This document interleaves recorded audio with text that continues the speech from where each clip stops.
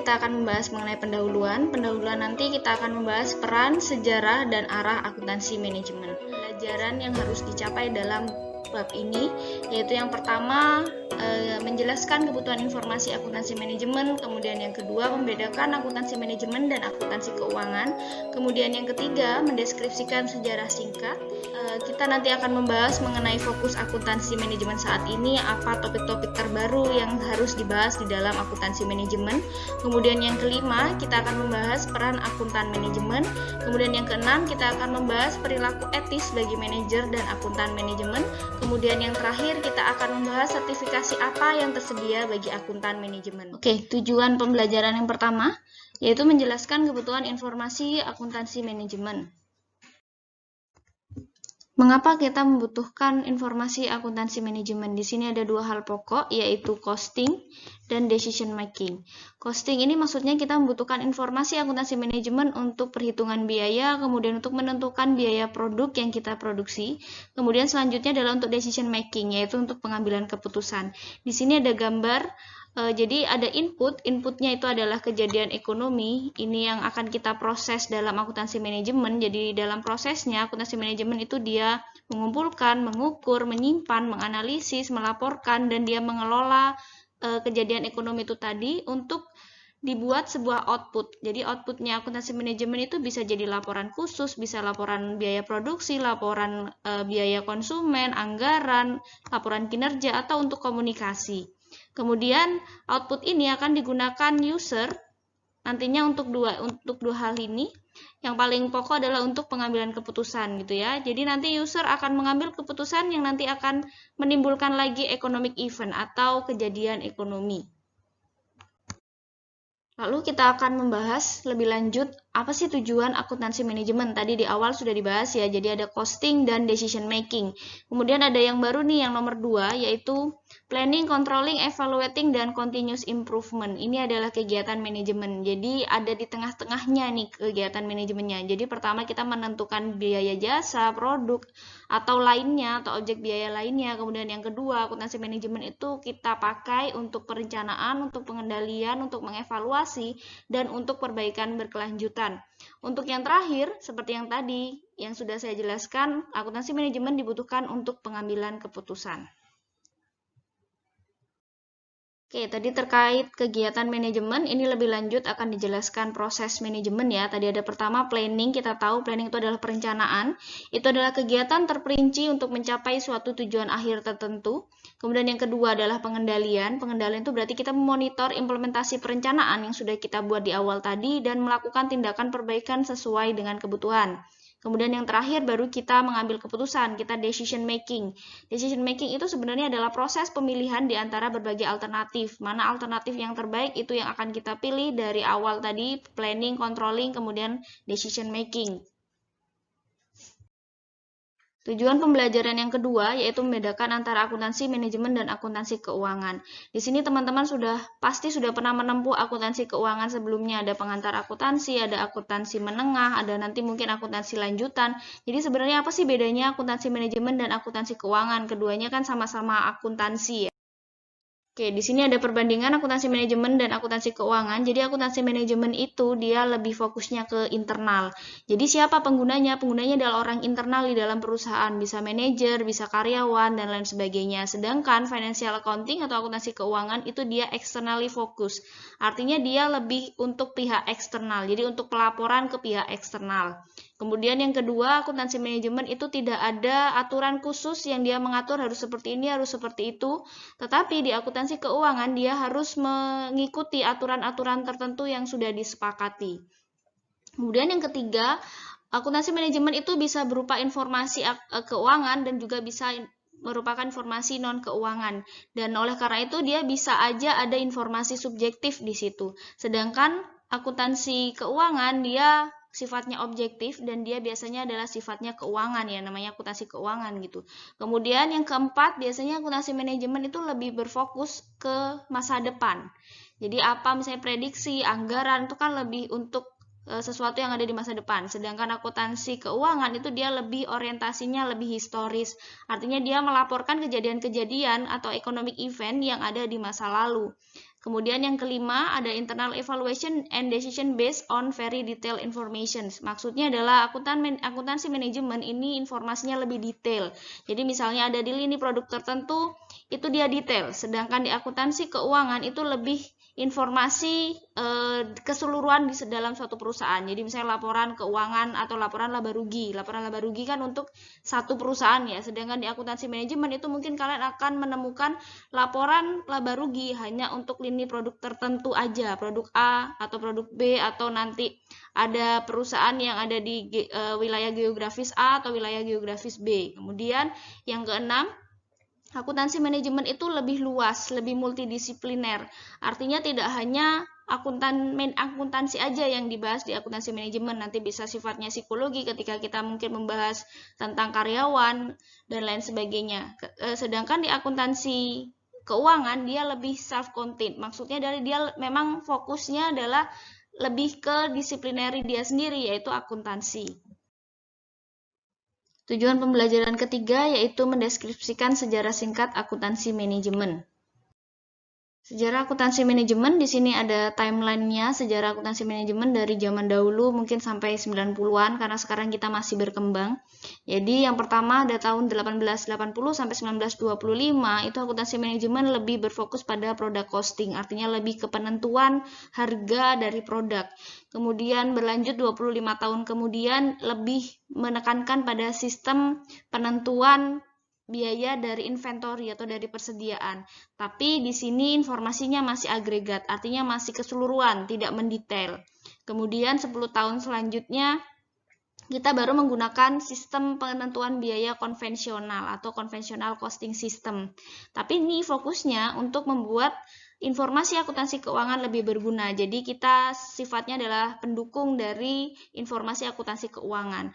Kemudian selanjutnya tahun 1980 sampai 1990 akuntansi manajemen ini dinilai tradisional dan tidak mampu memenuhi kebutuhan manajerial. Oleh karena itu sekarang tahun 2000-an akuntansi manajemen lebih dipakai untuk bagaimana pengambilan keputusan yang terbaik. Seperti itu. Nanti kita akan bahas fokus-fokus akuntansi manajemen yang saat ini. Ketika kita membicarakan sejarah, pasti kita membicarakan tokoh yang ada di balik sejarah itu ya. Jadi ini ada beberapa gambar, mungkin kalian ada yang kenal, mungkin ada yang asing. Ini saya ambil dari Milestone in the History of Management Accounting, autornya Richard. Nanti kalau kalian ada yang tertarik mau membaca artikelnya bisa nanti kontak saya berikan artikelnya. Ini nanti di kelas akan kita bahas siapa saja tokoh ini. Mungkin teman-teman ada yang penasaran, silahkan di searching. Nanti pada saat kelas ada yang bisa menyebutkan 2 nama tokoh ini akan saya nilai sebagai satu tugas selesai. Kita sudah belajar sejarah tadi, jadi sekarang kita balik ke sekarang. Jadi apa sih fokus akuntansi manajemen saat ini?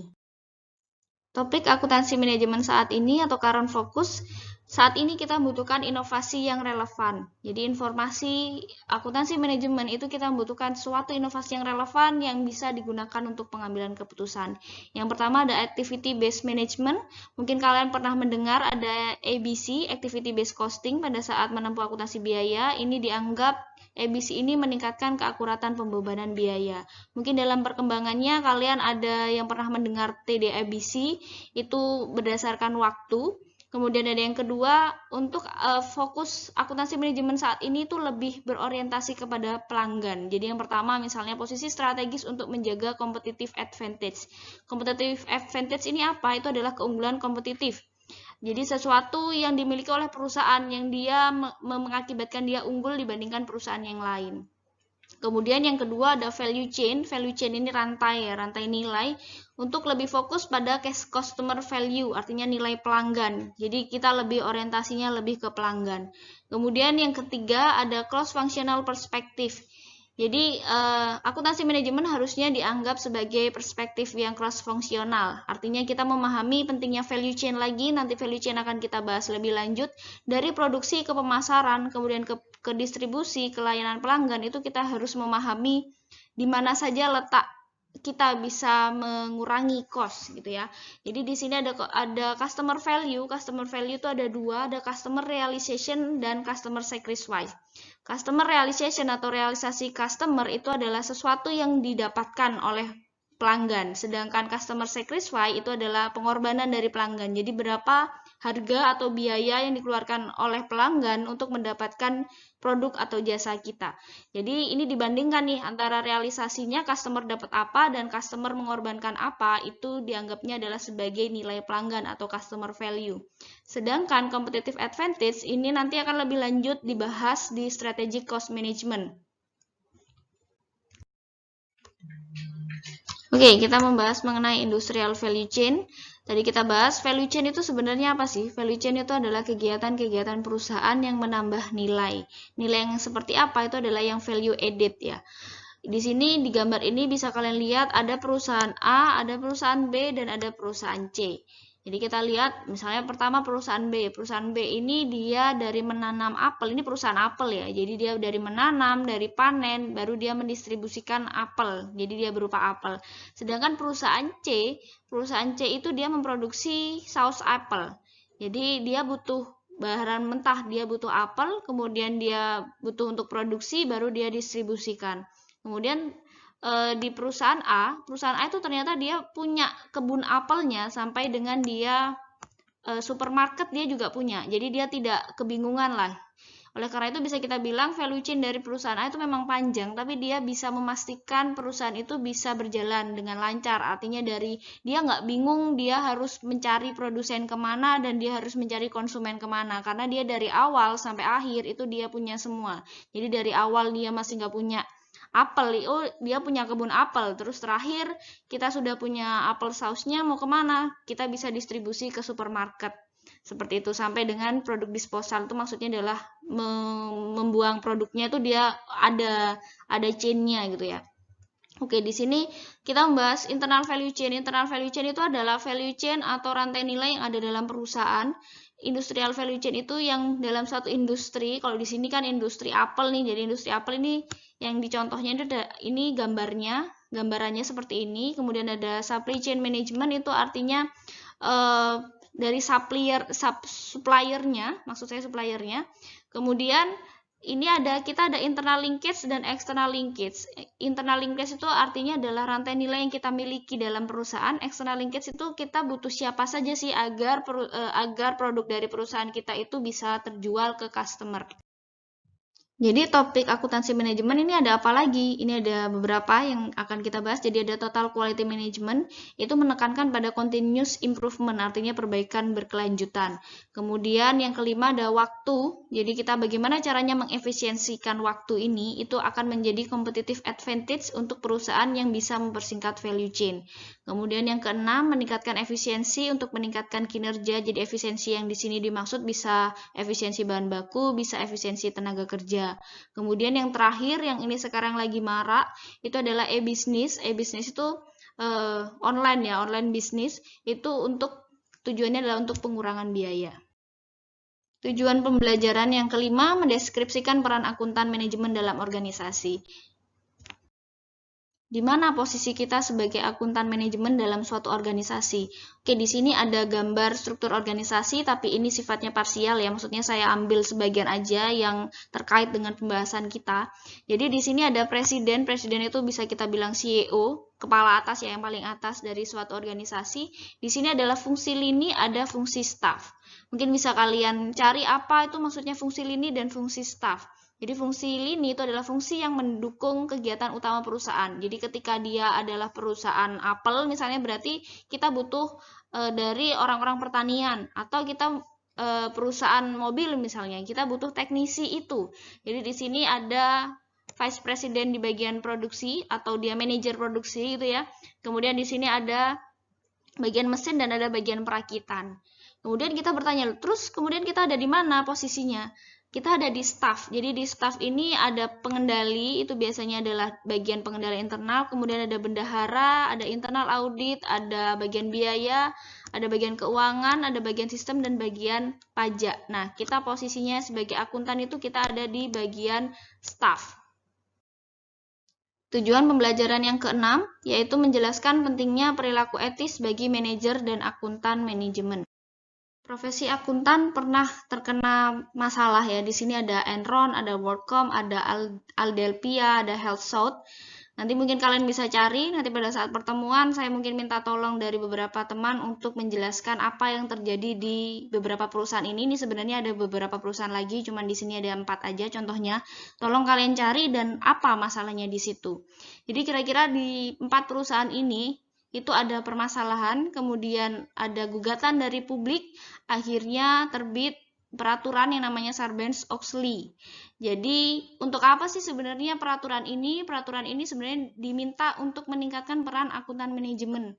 Sebenarnya yang dibidik itu adalah akuntan ya. Akuntan ini dia ada penyelewengan seperti itu. Jadi dengan bagaimana caranya? Dengan memperketat peraturan tata kelola perusahaan, kemudian dengan meningkatkan pengendalian terhadap manajemen dan meningkatkan pentingnya penilaian atas pengendalian internal perusahaan. Ada pernyataan yang menyatakan bahwa akuntansi manajemen itu didesain untuk memaksimalkan profit, tapi harus ada yang diingat, yaitu the objective of profit maximization should be constrained by the requirement that profits be achieved through legal and ethical means. Artinya, maksudnya adalah, oke, kita sebagai akuntan manajemen, kita membutuhkan profit yang besar, kita membutuhkan untuk memaksimalkan profit, tapi profit yang besar itu harus dibatasi dengan bagaimana kita mendapatkannya secara etis dan secara legal, artinya sesuai dengan hukum. Jadi tadi ada peraturan Sarbanes-Oxley Act itu tadi, perusahaan juga membutuhkan kode etik perusahaan. Nah, di sini coba teman-teman mencari kode etik perusahaan tertentu yang nanti mungkin akan kita bahas dalam pertemuan. Bagaimana perusahaan itu membentuk kode etiknya dan apa saja fokusnya yang ada di kode etik perusahaan.